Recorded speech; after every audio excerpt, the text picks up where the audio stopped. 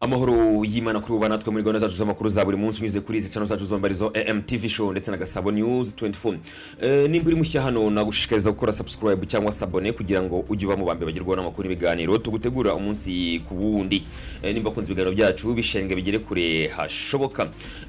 Kanda like ndetse twanasangira ijambo muri gahunda yacu y'amakuru unyuze wasi muri section ya comment.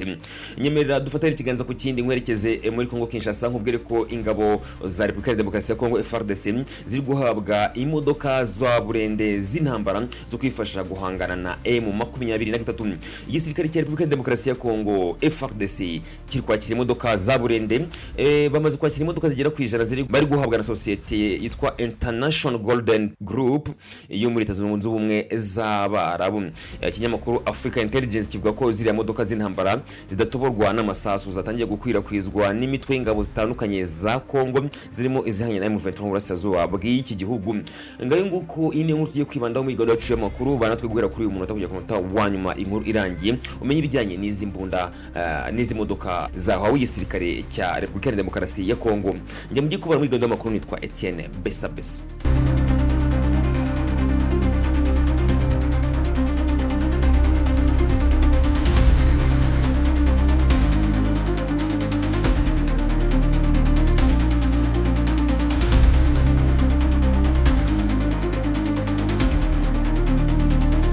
Guhaikazi igisirikare cya Repubulika ya Demokarasi ya Kongo FARDC kiri kwakira imodoka bya burende bigirenga 100 kiri guhabwa na societe yitwa International Golden Group IGG yo muri Leta Zunze Ubumwe z'Abarabu. Africa Intelligence ivuga ko ziriya modoka z'intambara zidatoborwa n'amasasu zatangiye gukwirakwizwa n'imitwe y'ingabo zitandukanye za Kongo zirimo izihanye na M23 mu burasirazuba bw'iki gihugu. Iki gitangazamakuru kivuga ko mu ntangiriro z'uku kwezi gushize kwa Gicurasi burende zibarirwa kuri 30 zo mu bwoko bwa Kasel kabiri zageze muri Kongo zinyujijwe ku cyambu cya Matadi giherereye mu ntara ya Kongo Centrale. Izibarizwa mu 10 muri zo ngo zahise zoherezwa byihuse i Lubumbashi ho mu ntara ya Katanga zihabwa abasirikare bo mu mutwe urinda perezida wa Kongo babarizwa mu kigo cya gisirikare cyitwa Kimbembe. Izi burende byitezwe ko zigomba kwagura umubare w'imodoka cyangwa se regima ya 13 y'ingabo za Repubulika ya Demokarasi ya Kongo zirwanisha imodoka z'intambara isanzwe ikoresha. Ingabo zahawe ziriya burende nizo zisanzwe zicunga igice cya Katanga muri iyi minsi gikomeje kurangwamo ubwiyongere bw'umutekano muke kubera imitwe yitwaje intwaro harimo nka Mayimayi Bakata Katanga imaze igihe mu mirwano n'ingabo za leta ya Kongo. Africa Intelligence ivuga kandi ko impamvu nyamukuru Kongo yaguze ziriya burende muri Leta Zunze Ubumwe z'Abarabu ari ukugira ngo zongerere imbaraga ingabo zabo zihanganye na M23 mu burasirazuba bwa Repubulika ya Demokarasi ya Kongo, aho uyu mutwe ugenzura ibice bitandukanye birimo imijyi ikomeye nka Goma na Bukavu mu ntara Kivu y'Amajyaruguru na Kivu y'Amajyepfo.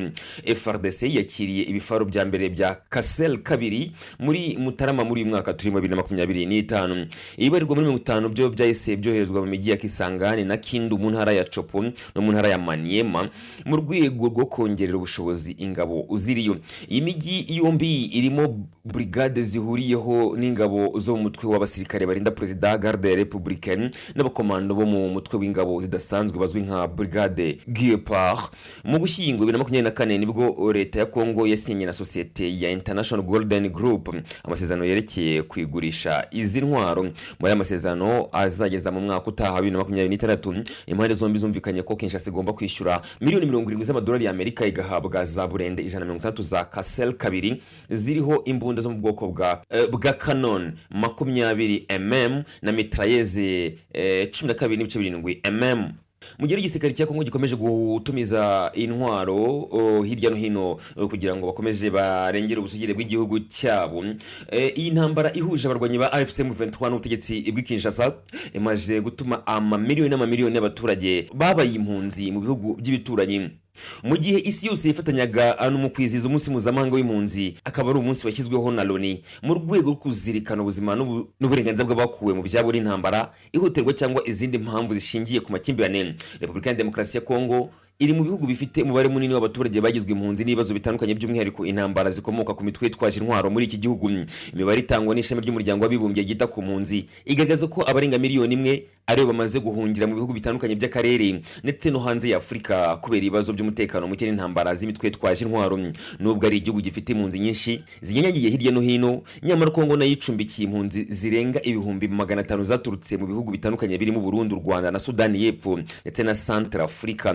Ku ruhande rw'u Rwanda muri Kivu y'Amajyaruguru hakomeje kubera ibiganiro hagati ya leta ya Kongo, u Rwanda na HCR ho Commissariat pour les Réfugiés bigamije kurebera hamwe uburyo impunzi ziva cyangwa se zinjira mu bihugu byombi zashobora gusubizwa mu bihugu byazo mu buryo ubutekanye. Uhagarariye by'agateganyo HCR muri Kongo witwa Pierre Achom yatangaje ko guverinoma ya Kongo yasabye ko habaho indi nama ya komisiyo ihuriweho n'impande zose ikazabera i Geneva cyangwa se Addis Abeba bitewe n'uko imyiteguro izagenda.